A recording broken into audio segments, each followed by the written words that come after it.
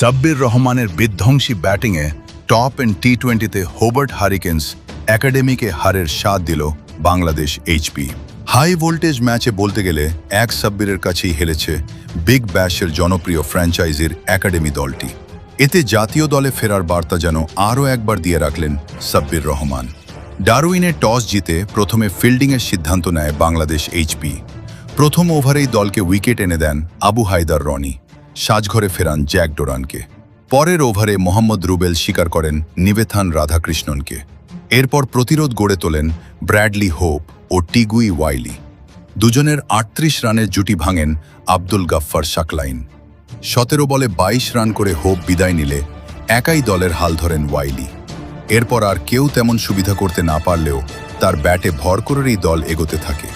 শেষ পর্যন্ত ৫৩ বলে ৪টি ৪ ও ৩টি ছক্কায় ৭৮ রান করে অপরাজিত থাকেন ওয়াইলি।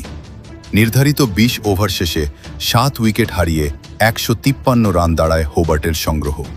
অর্ধশতকের পথে হাঁকান ৫টি ৪ ও ২টি ছক্কা। শেষ পর্যন্ত ৪৫ বলে ৫৯ রান করে থামতে হয় সাব্বিরকে। বিদায় নেওয়ার আগে হাঁকান আরও একটি ৪। তবে তিনি বিদায় নিলেও জয়ের পথ দেখিয়ে যান দলকে। শেষ ওভারে জয় নিয়েই মাঠ ছাড়ে এইচপি দল। মোহাম্মদ মুরাদ, ক্রিক টাইম 24।